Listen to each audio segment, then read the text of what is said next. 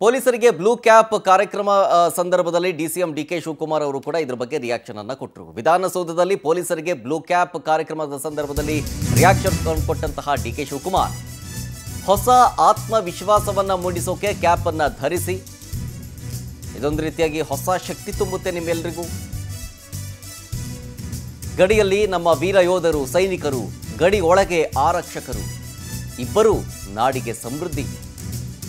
Police ಇಲಾಖೆ ಅಂತಂದ್ರೆ ನಮ್ಮಲ್ಲಿ ತಮಿಳುನಾಡಿನಲ್ಲಿ ಗೌರವ ಇದೆ, ಬಹಳ ಗೌರವ ಇದೆ. ನ್ಯಾಷನಲ್ ಲೆವೆಲ್ಗಿಂತ ನಮ್ಮ ಪೊಲೀಸರ ಕಾರ್ಯ ಏನು ಕಡಿಮೆ ಇಲ್ಲ.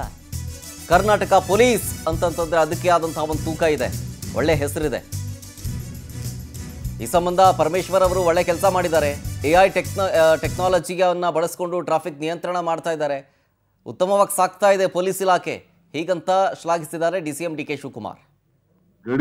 ಗಡಿಯಲ್ಲಿ ಸೈನಿಕ, ಗಡಿ ಒಳಗಡೆ ಆರಕ್ಷಕ ಇಬ್ಬರೂ ನಮ್ಮ ನಾಡಿಗೆ ಸಮೃದ್ಧಿಯನ್ನ ಕೊಟ್ಕೊಂಡು ಬರ್ತಾ ಇದ್ದಾರೆ.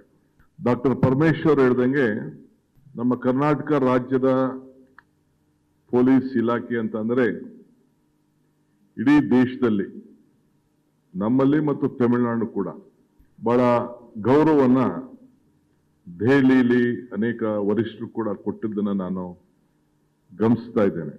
ಸೊ ದಿ ವೇ ಕ್ವಾಲಿಟಿ ಯಾವ ರೀತಿ ಇಂಪ್ರೂವ್ ಆಗಿದೆ ನಮ್ಮಲ್ಲಿ ಅಂತಂದ್ರೆ ನ್ಯಾಷನಲ್ ಲೆವೆಲ್ ಅಲ್ಲಿ ಯಾವ ರೀತಿ ಕಾರ್ಯಕ್ರಮಗಳು ನಡೀತಾ ಇದೆ, ಯಾವುದಕ್ಕೂ ಕೂಡ ನಮ್ಮ ರಾಜ್ಯದ ಪೊಲೀಸಿನ ಸಿಬ್ಬಂದಿ ಪ್ರತಿಯೊಂದರಲ್ಲೂ ಕೂಡ ಕಡಿಮೆ ಇಲ್ಲ ಅನ್ನೋದನ್ನು ಕೂಡ ನನಗೆ ಹೇಳಲಿಕ್ಕೆ ನನಗೆ ಬಹಳ ಸಂತೋಷ ಆಗ್ತದೆ.